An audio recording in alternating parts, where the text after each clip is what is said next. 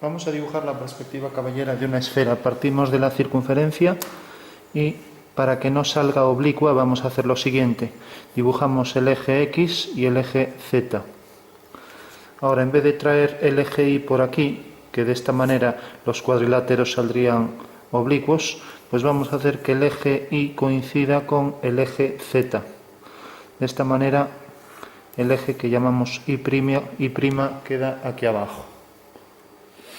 Bueno, entonces lo que vamos a hacer es líneas que seccionan la esfera a distintas alturas. Por ejemplo, una que pasa más o menos por el centro, otra que pasa por aquí, siempre paralelas al diámetro horizontal. Otra que pasa por aquí, otra que pasa por aquí. Podemos hacerlas equidistantes si queremos que sea una figura con una representación pues más estética, por así decirlo. Bueno, ahora dibujamos el eje vertical que pasa por el centro de la circunferencia. Lo estoy haciendo con aproximación, esto habría que hacerlo con escuadra y cartabón. Y ahora dibujo las elipses, cuyo centro de las elipses queda aquí y extremo de los diámetros aquí. Entonces cojo la primera elipse, busco la elipse que me entra en esos diámetros y el conjunto de todas las elipses me va a ir generando la esfera.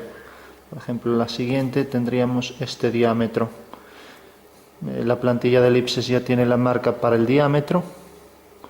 Podemos, si queremos, marcar de una forma más sutil por detrás. La siguiente elipse pues sería, por ejemplo, esta.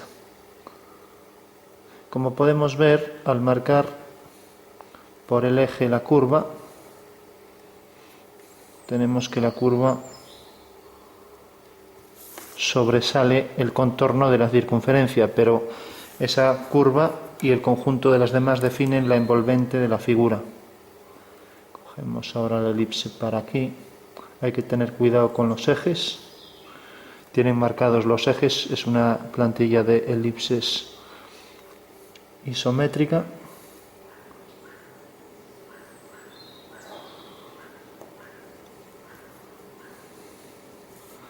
Ahora van siendo más pequeñas, retrocedemos hacia abajo.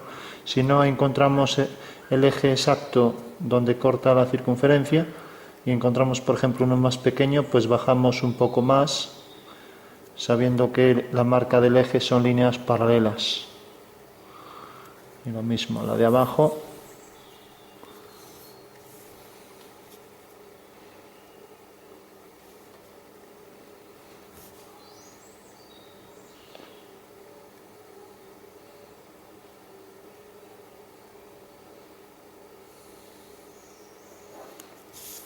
Bueno, como podemos observar, ahora tendríamos que hacer la elipse, que ya no nos vale una elipse de esta excentricidad, son más alargadas.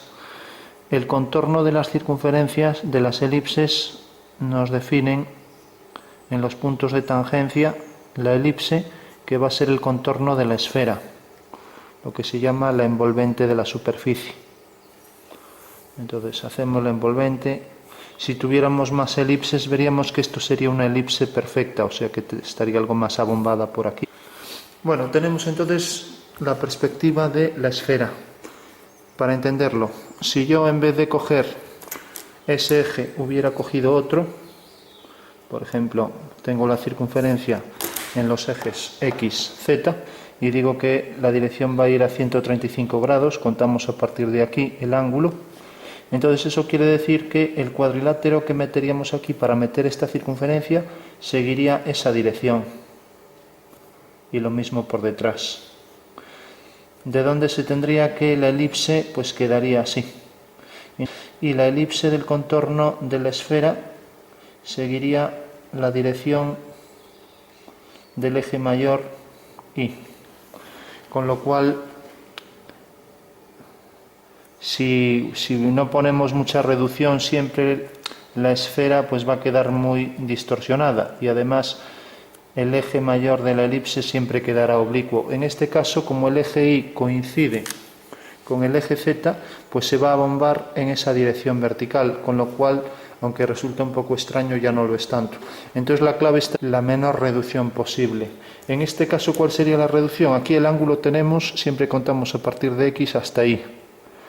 El ángulo X o Y es de 90 grados.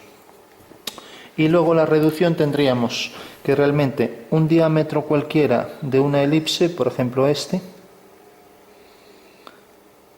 en realidad este diámetro en el espacio, como son circunferencias, sería igual que este diámetro, o sea, toda elipse, vamos a hacerlo aparte.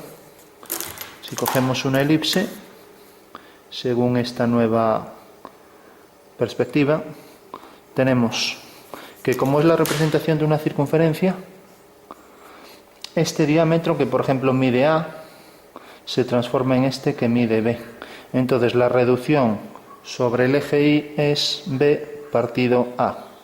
Por ejemplo, si esto fuera 1 y esto fuera 2, la reducción sería 1/2, que quiere decir que en esta dirección del eje Y', pues se reduce a la mitad. En el caso de una elipse isométrica, pues bueno, sería 1 partido 1,7. Esa es la relación de proporción que existe en una elipse de este tipo. O sea que si esto es una unidad, pues esto será 1,7. Bueno, por este método podemos hacer superficies de revolución de una forma muy sencilla.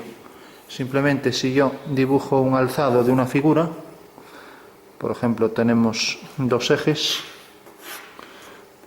ortogonales, hago que este sea el eje Y, este el eje X y este el Z, coincidentes ZY, y tengo, por ejemplo, un jadro que está formado por una base, que va a ser una esfera, y luego otra que va a ser tangente a esta.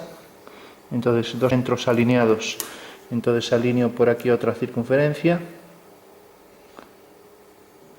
Entonces, como vemos, estas dos tienen los centros alineados. Aquí está el punto de tangencia. Entonces la podríamos cortar por aquí. Tenemos ya el perfil, con lo cual podríamos construir este jadro. Entonces el conjunto de las elipses que voy colocando aquí, ya no hago la otra parte, en cada uno de estos diámetros que voy haciendo, todas las elipses aquí me van generando un efecto de que la superficie pues tiene cierto volumen. Y es verdad que las elipses aquí van a, como pasa en la esfera, a sobresalir de la curva. Se va a notar más aquí abajo, por ejemplo. Pero bueno, como decíamos, eso me genera la envolvente de la superficie. Bueno, pues sería una forma de hacer superficies de revolución, que son las que se engendran por una línea, puede ser curva recta, que gira en torno a un eje en el espacio, de manera que ambas se mantienen coplanarias, o sea, en el mismo plano.